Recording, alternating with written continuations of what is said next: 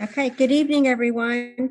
I'd like to reconvene our open session now for our regular school board meeting on August 13th, 2020 for Benicia Unified School District.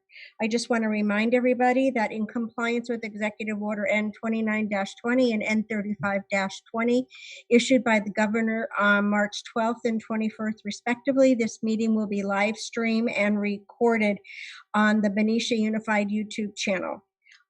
And just a point of reference, because I had a few comments today about why we're still doing it this way, doing our meeting like this.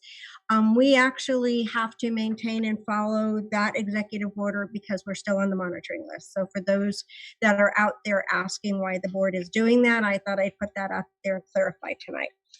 Okay, so with that says, we have no closed issue items to report. And I'm going to ask everyone at this time to please stand and join me in the pledge.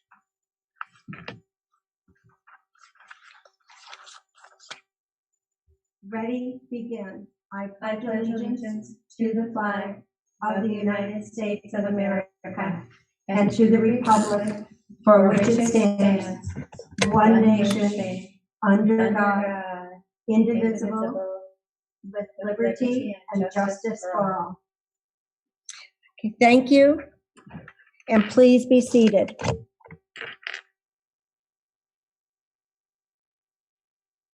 Okay, at this time, I'd like to call for a motion to approve our agenda. Do I have a motion, please? I move to approve the agenda as written. Thank you. Do I have a second, please? A second. Mrs. Zeta? Yep. Thank you. Okay. Also, next on our agenda is a highlight, and our highlight is food services. Yes, I'd like to turn this over to Mr. Rahill, and he can introduce Ms. Courtney. Good evening, everyone. It's my pleasure to introduce Tanya Courtney is our Director of Food Service and Nutrition Services here in the Benicia School District. And she put together a presentation for you tonight that's going to highlight some of the things that we accomplished over the summer and what to look forward as we start school next week. So I have the PowerPoint on my computer. I'm going to go ahead and share my screen, and then I'll let Ms. Courtney go ahead and talk through the different slides.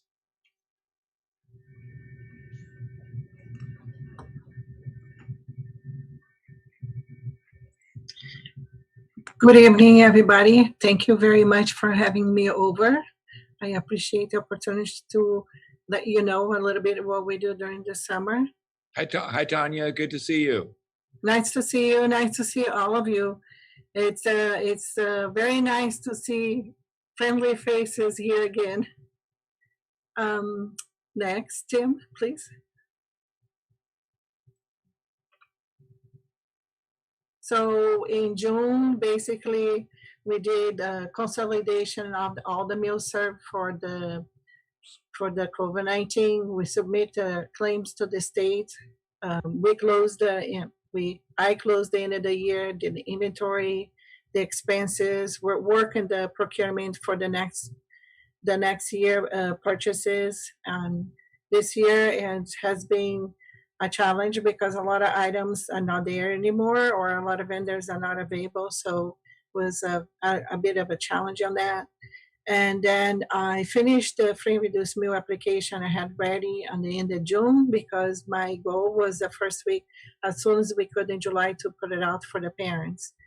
And that happened. So, and I also attended all the City Nutrition Diffusion Zoom meetings, where we are expecting to get waivers for this coming year. So was like almost one a week every for June, and then July they space out every 2 weeks.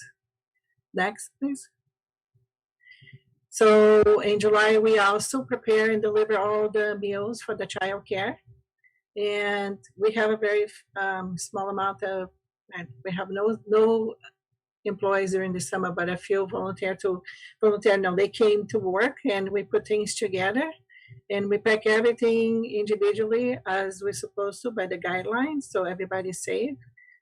Next. Then I have a little picture for you guys to have an idea how we have to separate everything by the classroom and everything is individually for the students. The next. And then in July, beginning of July, we also had the state had sent us an email letting us know that they had extended 15 days for parents to be able to apply for the EBT grocery cards. So I communicate with all the parents because a lot of them did not qualify last school year, but I put the application out. They were able to apply for the program, and 60 parents was able to get the grocery cards. So I think that was great, a little help for them. And we also received $6,000 from a grant that I had applied in the last April for an emergency fund called Gen Youth. It's a program for kids to eat healthy and exercise. So that was a good news for us. And then I also work on the hybrid mode and distance learning doing for this next coming year because we're not quite sure which way we're going to go. And next. So meals application, free reduced meals application. As of today, we have 274 meals application that we receive it. Then I process and I scan it and email each parent with the results so they could be ready for signing up for the meals. We also were able to pull the CalPADS data for direct certify. Clarification, direct certify is if a family receive any help from the government as the food stamps, Medicaid, or so far. So they are directly certified, so we can pull the data so they can be included on the free or reduced status. So we also print out all the letters, and Monday I mail out over 477 letters because the letters come individually to each student and per family. So we mail it all out Monday. So as of right now, we are only at 25% of the free, on the free reduced students. We have 944 free and 229 reduced. Next. So how we all probably already aware, saw the email. So we are preparing to serve the meals for the students, distribute the meals at all the sites, and we follow the school schedule. There's time where they have allocated for lunchtime.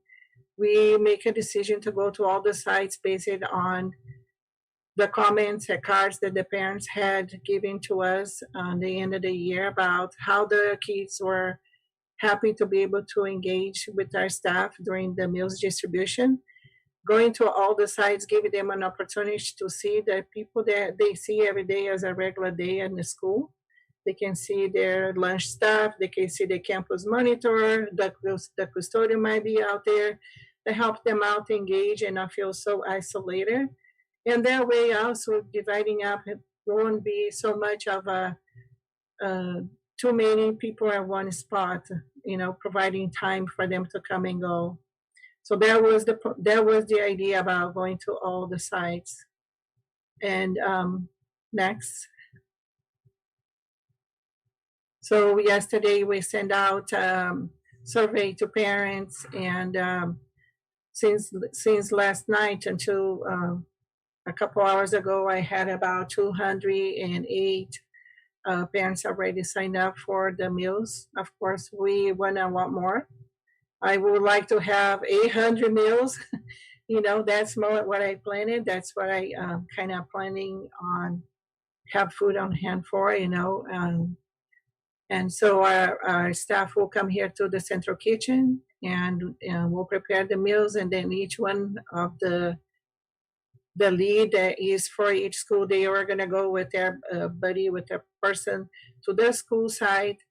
We have vans and they're going to go there, and then they stay there for an hour, and they will distribute the meals to the kids.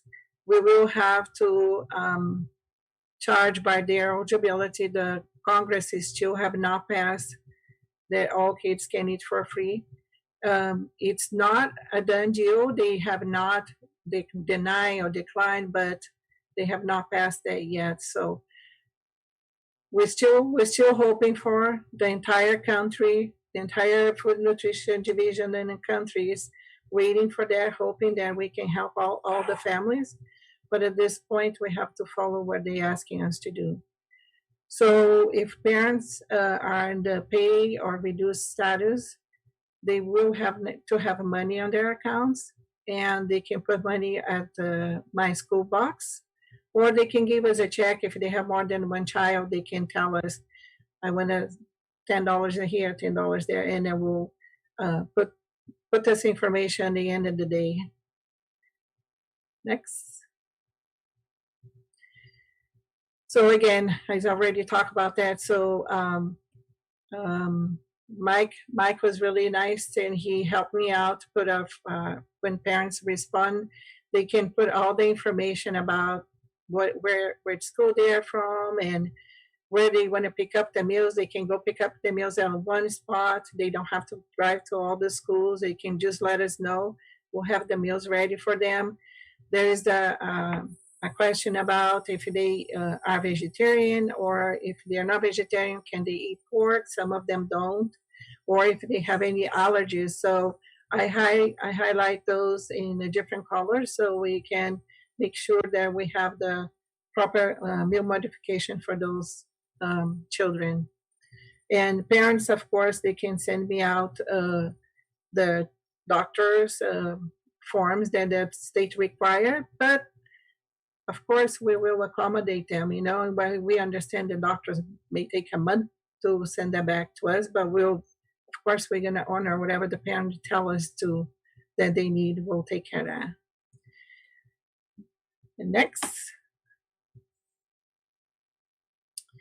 So to make sure that we are following all the protocols and to make sure that staff is safe, I did took a class to manage our personnel during COVID-19. And we are going to make sure that everybody, when they walk in through the door, we have a table, which they have a sanitizer. Hopefully everybody does come with a mask already. It's a protocol, but if they don't have one, we'll provide one for them. They'll have to sanitize their hands, put gloves, and then put a mask. And then they will have to check their temperatures every day. We're going to log in. We're going to make sure that everybody's safe all the way from the beginning, all the way to the end of the day. It's not only for our students and so far, but it's also for everybody that works in the building. Make sure that we control that right away. And next. So because we will serve lunch and then the breakfast for the next day, the breakfast items are more like the shelf stable kind of deal, or can just come in a refrigerator. It's not such that need to be the parents who will have to take care of them the next morning. We also I didn't put it in there because supplies are limited, but we'll start building like breakfast burritos, breakfast sandwich, but as I have them available, I will start putting in the menu. And then at lunchtime, we're gonna continue to do what we have done in the past. We're gonna create our recipes like as we have on the past, and we are going to portion out and package them up and be ready to serve. Next. So this is some of the pictures of some of the recipes. Then we serve it, and that's how we cook. We cook bulk. You can go next. And this is how we cook our chili in a big kettle. And then we put all in those pans that are standing there on the side. And then after this is done, if it's not right in the next day's service, we freeze. And then we take out as we need and portion out for the students. We try to provide to them the best meal we can and as fresh as possible. We are staying away from other school districts that are delivering a lot of packaged food. We're still trying to maintain a good meal for our students. So next. And there's just a little more pictures about that. And next. And then also, besides serving our students, we will prepare and deliver meals for the preschool, for all the elementary schools. For the parents that have students under child care, I will make sure that I will match the list of the rosters that we have from June for those children. When we go to the sites, our staff first will go inside the cafeteria to get their milk, and they're gonna let those meals for those children that order, they're gonna leave with the teacher, so they don't have to go outside looking for food or anything. They're gonna be safe inside. And I'm also developing a light lunch staff menu for teachers that come to the site. If they decide they don't want to go out to eat or bring something from home, whatever, we'll have like salads and sandwiches. And the day that we have maybe chili, they want to have some. When our staff go to the site to hand out the meals to the students, they can bring their lunches for them. And for that to happen, they will need them to order early in the morning by 8 o'clock, so we can make sure we can deliver it to them by lunchtime. And that's it for my presentation. I know there's questions.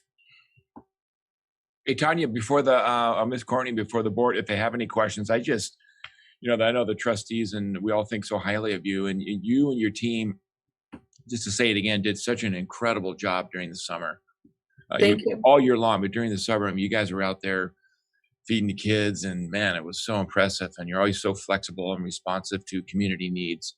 So you run a really top shelf program, and I know that by working with you for the last 5 years, and I'm very familiar with other school districts. So you just do a terrific job, and we're very appreciative of that. So thank you. Yeah, very, very impressive. I just wanted to echo Charles. I didn't have any questions, but you run a really good program. It's very impressive. Thank you very much. Thank you. Appreciate that. I'll be on that as well. We do appreciate everything that you've done. And I know the spring was very uncertain, and you guys pulled through. So you work really well as a team. Thank you so much. Thank you. Thank you very much. Okay. Any Also, questions? Tanya, I just want to also say thank you. I don't have any questions either, but I also appreciate all the meals that you provide. They're not packaged meals. You are, in fact, making as much fresh food for the kids as you can. And I think that's pretty impressive when you consider the numbers. So thank you. Thank you. Thank you so much. I appreciate all your appreciation. That makes all worth it. That then we care about the students. They're the number one in our list. So Thank you, Ms. Courtney. okay. Appreciate you. Thanks. Thank you. Okay, we're going to go to number 9 now, which is the reports, and we'll start with the superintendent, Dr. Young. Yeah, just briefly, would like to, I think I start every board meeting saying this of late, to thank everybody in the system that are working so hard to get ready for the first day of school on Monday. This is all new to all of us. And so, we're doing our level best to be prepared so we can serve our kids well, and then the staff will be ready.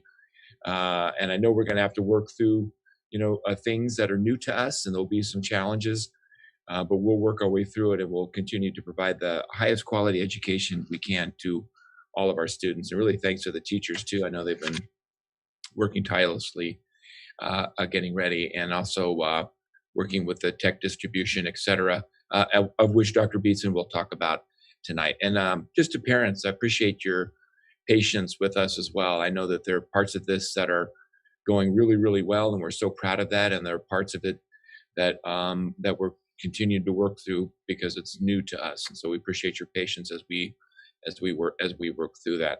Also, we won't have another board meeting until September 3rd, so we get a little bit of a break. President Ferrucci and I were talking that I think we've had a board meeting every Thursday for the last 6 weeks or so.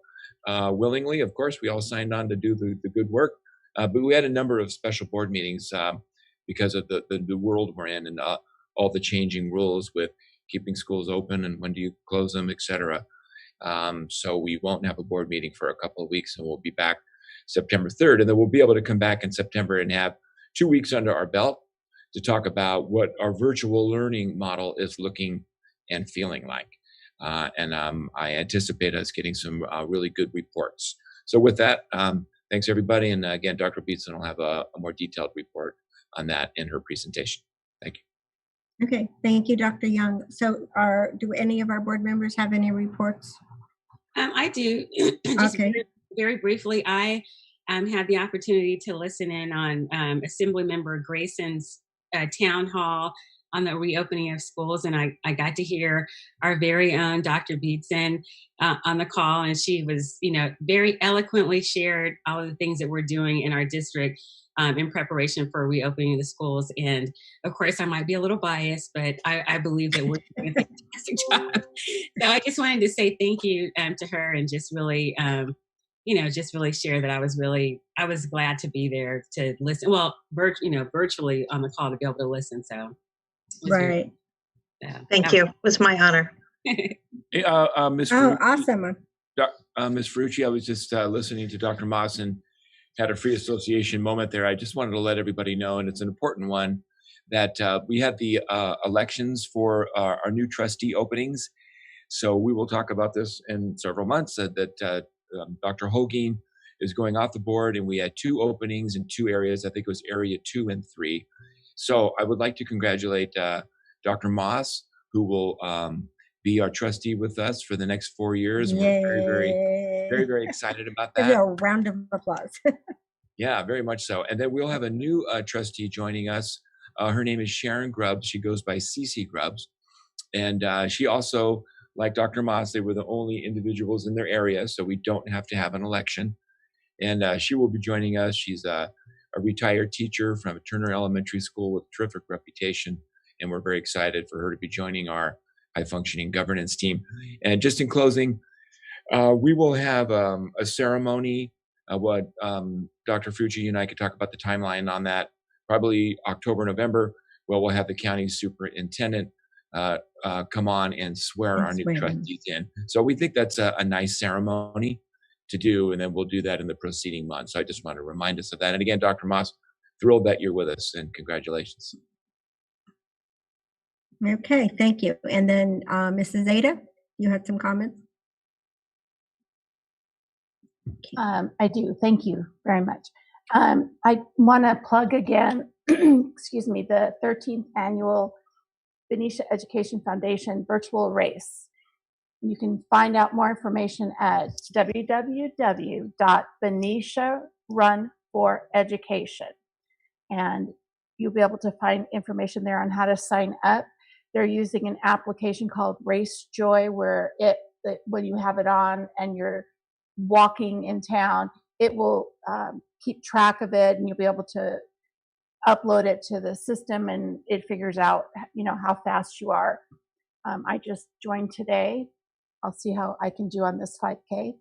I also want to thank, it was called the Project Backpack Benicia Back to School Giveaway, and it was at Robert Semple for our students.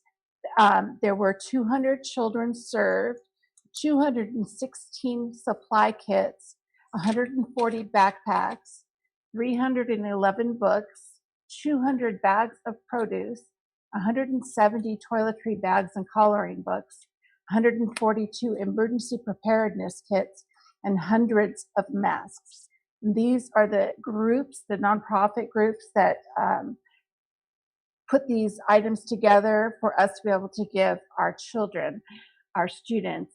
Food is Free Solano, another chapter, Project Blessing Bags, Diaz and Lorera, Centro Latino. I'm sorry, I probably totally messed that up. Benicia Mask Makers, Food Bank of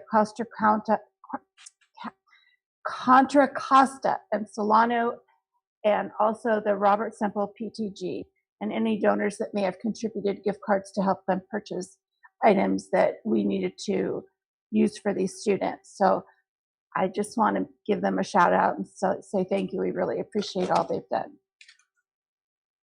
Thank you. Thank you very much for sharing that. I hear it was amazing. Yeah. So, all right. I had one also. Okay.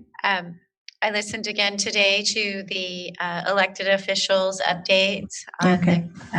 for the county of Solano, and they had good news. They are anticipating that Solano will be off the watch list next week, pending the state assuring that all the numbers are accurate after the state tracking problem. Benicia's numbers are inching up still, but the Solano County as a whole has leveled off. So just like last week, wear your mask, wash your hands, keep your distance, and let's see if we can beat this. All right, there's a public service announcement for you tonight as well. Did they also share on Monday when I took that call, they were sharing the 2 places in the county actually are the care facility and the prison in Vacaville. Is that still accurate?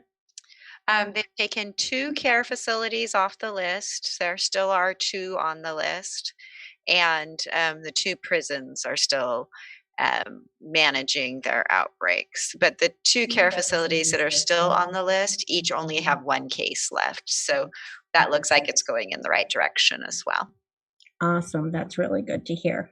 Okay, anybody else? Mr. Maselli, do you have anything you want to share? Okay, well, that took care of my phone calls, so I don't have to share now. Thank you, Dr. Hogan. And then the other thing that I did this week is I sat on the El Capitan Zoom meeting this week. There's lots happening there. Dr. Beatson and Mrs. Rice are working on that new form because we don't have LCAP now. We have, forget it. They will share with us exactly what all the call letters are this time, but it's just suffice to say it's another new acronym for us. We also, at this time, she was talking about wellness centers at the school and what the status would be, and also looking at additional engagement for our partnerships in our community. So I have a feeling this is what we're going to see tonight. So I'm not going to share a whole lot more because the last time I was told I blew their thunder. So I was on the meeting and I was actually participating, and the next one is coming up shortly. She has a real tight timeline because we'll be dealing with this in September and we'll have to be voting on it. So we'll be seeing a lot of this. So with that said, I'm going to move on to number 10, which is comments from the members of the public, and we have 2, if I'm not mistaken. Yes. Okay. So members of the public may submit comments on items on the agenda and any item within the jurisdiction of the school district in the following manner for meetings during the shelter-in-place executive order. They submit these comments via a Google form.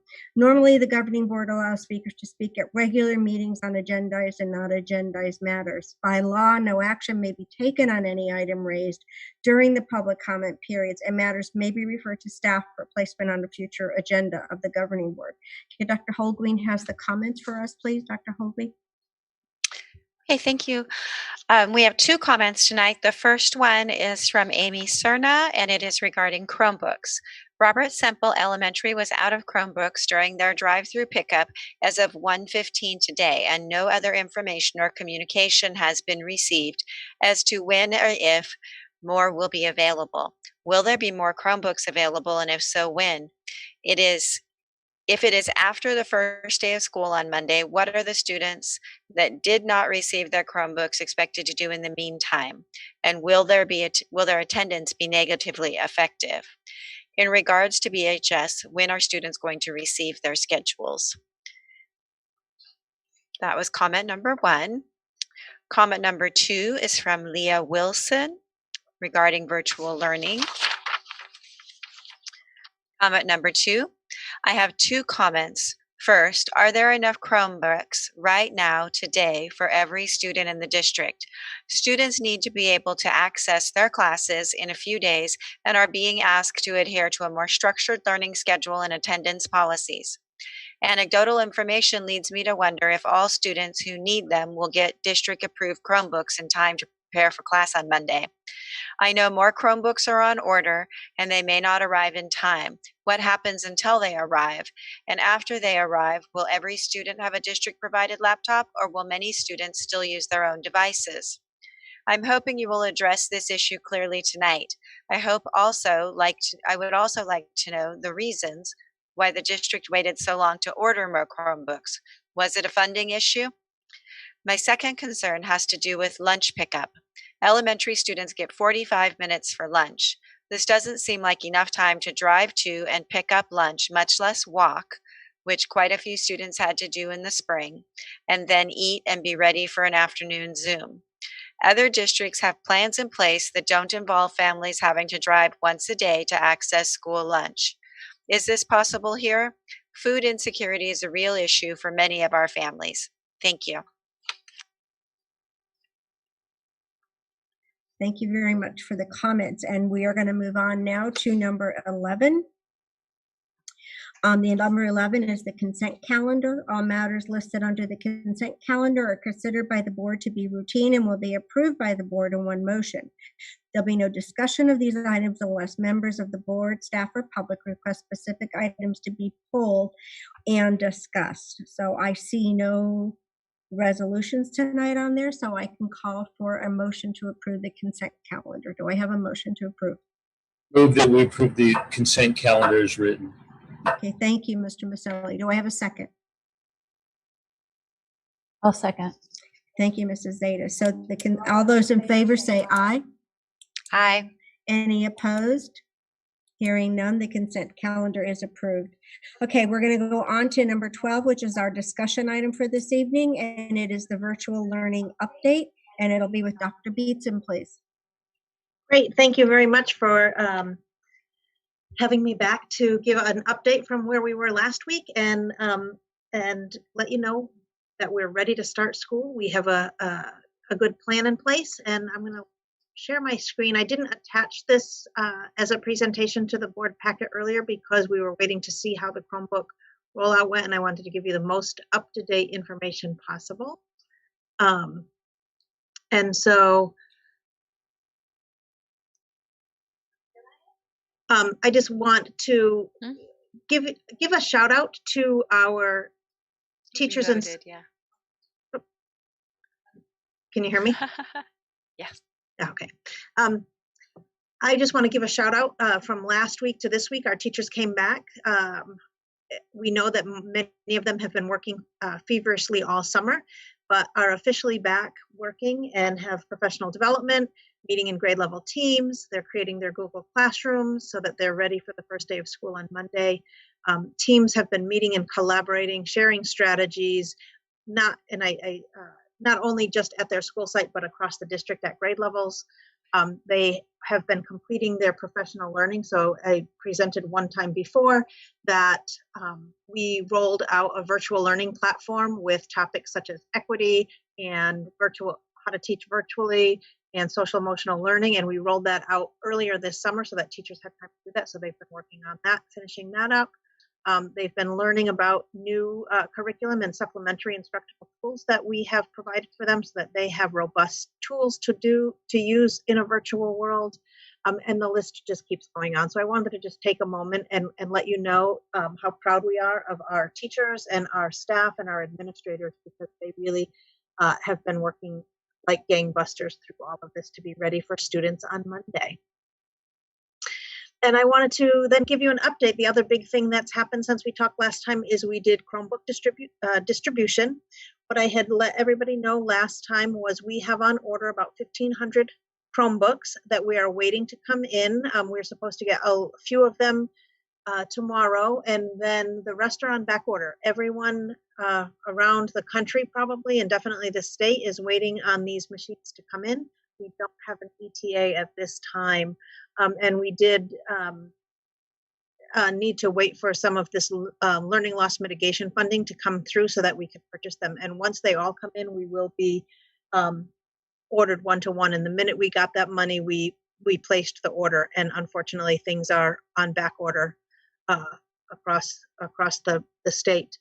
But I want to let you know how Chromebook distribution went today. So what we did was our IT department, who has also been working around the clock, sent out a survey asking families if they did not have a computer for each student in their home, whether it was their own or a school one, that they could complete this survey and we would provide them with a district Chromebook. And then once our new computers come in, everyone will get a district issued Chromebook. But asked if they had one to use for now, if people would do that, because we knew we weren't one-to-one already. So anyway, last year we did go one-to-one at the high school, and so our freshmen picked up their Chromebooks on Tuesday. There will be another distribution of those on Friday, and those are the recycled ones that came back from the seniors who graduated. On Wednesday, we distributed machines at the middle school. We had 280 distributed, approximately 300 people requested them, so we have a few more people that need to come in and pick up. And then these numbers down here, Joe Henderson, Turner, and Robert Semple, those got distributed today, and we do know that we ran out. One of the big reasons is many more people came to pick up machines than had filled out the surveys. We didn't have all the machines at the spots that we needed. Tomorrow we have some just to distribute at Mary Farmer. We'll need approximately 80 more, and we think we will have them once tomorrow's distribution at Mary Farmer and the middle school second one is complete. Then our IT department will work Friday night to notify, well, actually that's on the next screen, but to notify the parents that we have these machines for them, and we will do another pickup on Sunday. So we have more machines coming, some tomorrow, and then more on order. And so I jumped ahead a little bit, and the plan here is tomorrow we'll finish the distribution for people that registered at Mary Farmer and Benicia Middle School. Our IT department will then collect any of the machines that are left, send a notification to families that had already signed up for one and let them know if they're able to come in. And then Sunday morning, we'll have a scheduled pickup for those machines. We will probably do that right out of the middle school, but when families receive the "we have a computer for you right now" notification, it will give them the directions on when and where to pick those up. And then one of the other things that we will do is if there's anyone that doesn't have a computer and they don't have a home device, they were on the list to get one and we have just run out, we're going to notify those teachers so those teachers can reach out to the families separately without, not through email, obviously, and then give them some direction about how to connect on Monday. And so over on the right side of my screen, what do we have in place now for anyone who does not have a device on Monday? One thing that people can do is call in on a phone, whether it's a landline or a cell phone, to a Zoom session. There is a way to do that, and we'll make sure that teachers have the directions for that, and we'll get that out to families as well. So even if they don't have their own device, a computer device to log on to a Zoom synchronous learning opportunity, people can call in. Zoom also has an app on a phone, so if families have a cell phone that a student could use, they can at least log in that way as well. Our teachers and staff will work with families that need it to have packets of the work available and even do drop-off if needed. And then as soon as devices come in, we will be in communication and turning those out as fast as possible. And I know, as I said, our IT department is working fast and furiously and actually calling our distributor almost daily, probably, trying to see how quickly they can get these machines here. And unfortunately, that part is out of our control. They're just not to be found right now. Before I leave technology, so at the end of the day, when all of our machines are in here, we will have a process where we can collect some of the older ones that we've had to distribute, and every student will have a school district issued computer. So I want to be really, make sure that the public knows that. And we had hoped they'd be here in time, but unfortunately they're not. And we're getting out every computer that's functioning that we can get out before school starts. Okay. The other thing I want to talk about and just give you some information on is over the last many weeks, we've been presenting our back to school and return plan on all of the topics that you see listed on the screen here. And I wanted to let you know that we've put them together into a comprehensive, and I'm going to actually share a different screen just to show you what it looks like here.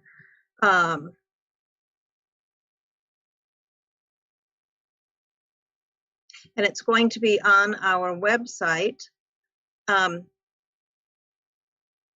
We put together, and it's pretty much every presentation that we've done into one comprehensive return to school plan that we will continually update as things change, but families can go and read the whole document. It's about 28 pages long.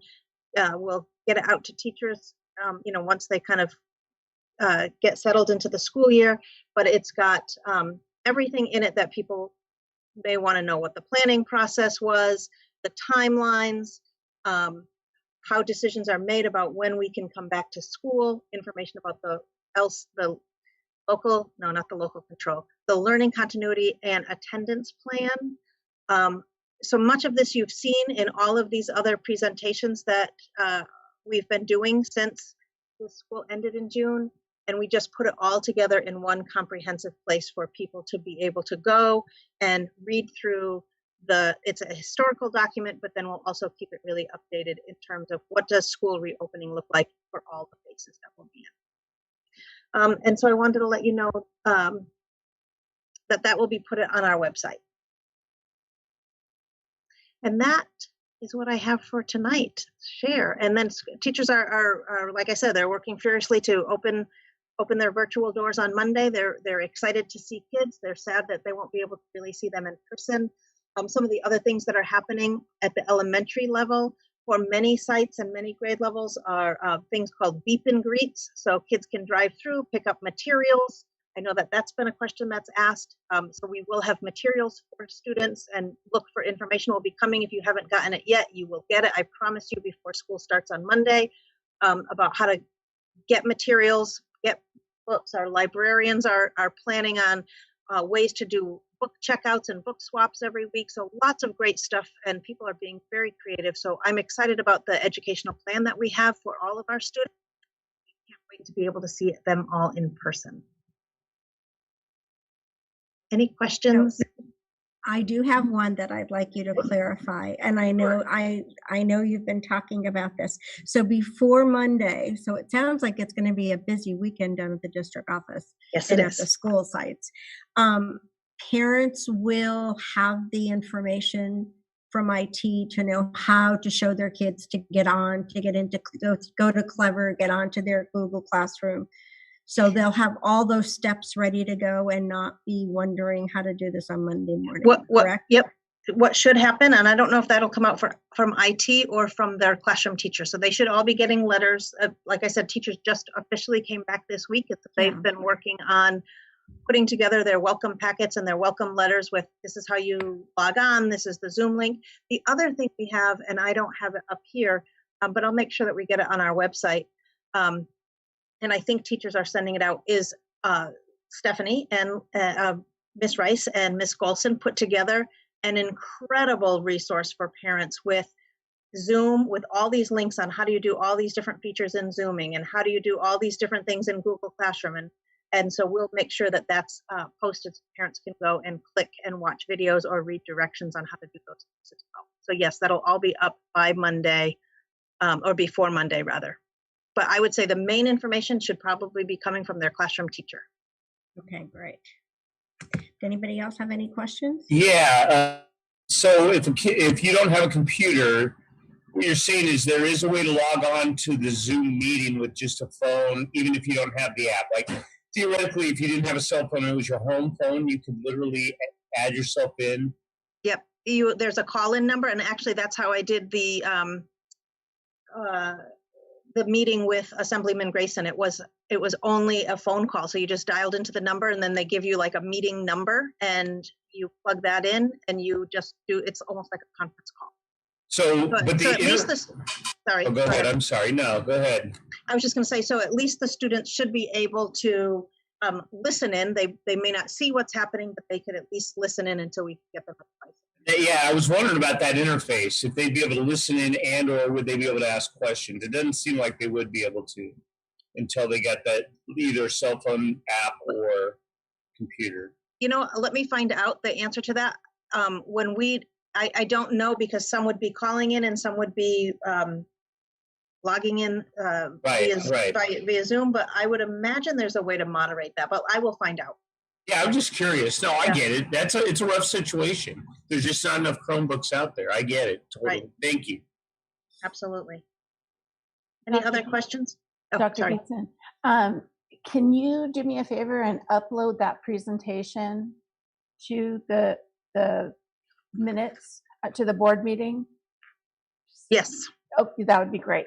And then are we certain at this point, or how certain are we that all students have connectivity where they're at? Do we have any idea of where we do? And you know what? I forgot to ask Mr. Padawan that number, but what we're doing for families that need support with connectivity, so that was in the survey. So we sent out a survey. Does every child in your household have a device, whether it's your own or school? And then we asked a connectivity, and I think we only had about 15 families that needed that right then. And so my guess, and I will confirm again, is that they've connected with those families. And what we're able to do is be a sponsor with Comcast. They have a $10 a month program, and there's a way to do it so that school districts or other organizations, and I think there's other people in town that Mr. Padawan was reaching out to because they had wanted to do some sponsorships as well for our families, and then we could sponsor them and pay. They have to initiate the application, and then they can get a sponsor to sponsor that. And it was more reliable than doing hotspots. Okay, so it's a sponsorship that will happen through Comcast. Yes. That where they could get the connectivity issue taken care of. Correct. And you know, I apologize. I was working furiously on the Chromebook piece, and I neglected to ask him about where he was with that. That's okay. I just wanted to see it. I mean, Dr. what our Beatson? percentage? Yes. Sorry. Dr. Beatson, we're communicating with everybody over email and sending out computer surveys. So do we have any idea if we have people out there who just don't have the technology? Like, how are we reaching them? That's a great question. We do, one of the things that we are able to do is when we send out via, we use Blackboard Connect, we'll get a report back that shows how many people received that. We also will send out a text saying a message has gone to your email. And so oftentimes we'll get a call if someone doesn't get it, because people might have a wrong email in the Power School. And so that's part of the registration process, is making sure people update that. Or we have found that some of it goes to spam. And so people have to check their spam because of it goes there.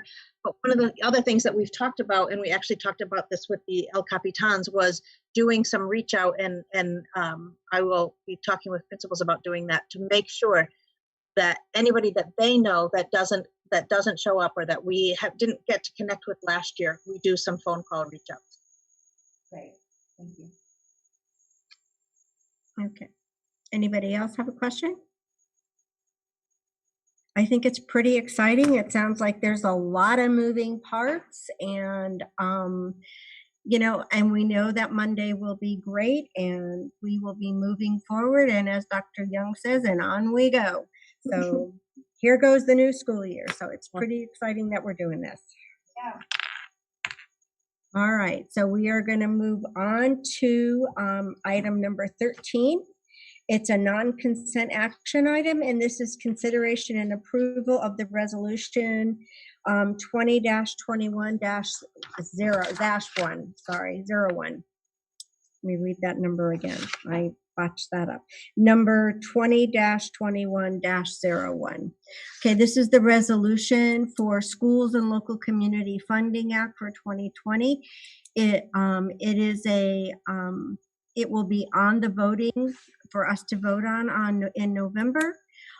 It is part of a plan where we are looking to have the tax base on businesses that will be updated and more current, so that in fact they are being reviewed on a more regular basis. What the belief is that there is a lot of tax money that does not come in a timely fashion, and the monies from this this tax correction would actually benefit the city. It would benefit the TK 12 grade level, and then it would also benefit our colleges and universities. Are there any comments or discussion on this resolution at all? Anybody like to say something? Mr. Maselli, if you're trying to say something, you're on mute. No? Okay. Anybody else? Okay, then I'm going to ask for, and it'll be a roll call vote, that we are going to, in fact, support this resolution for our district. So if there's no other comments, then I'm going to call for a motion, and then we'll do a roll call vote for the resolution. That we vote on the resolution. Do I have a second? Approved. I'll second. Okay, so Mrs. Martinez, I need a roll call, please. Yes. Yes. Trustee Seda? Yes. Yes. Okay, so at the time the resolution passes, so Benicia Unified School District will be supporting the resolution, which will be on the voting ballot in November of 2020. Okay, thank you. If there are any other questions or comments for the good of the order, because I am at the end of our agenda. No one? Well, then I think what I'd like to say on behalf of all of us, to all of our parents and students and our teachers and our instructional aid and all of our staff that are out there, I want to wish you a wonderful start to a successful school year. It sounds like lots of good things and new things happening. So with that said, I'd like to say best of luck, and we look forward to hearing wonderful things from you in 2 weeks. And with that said, Good night.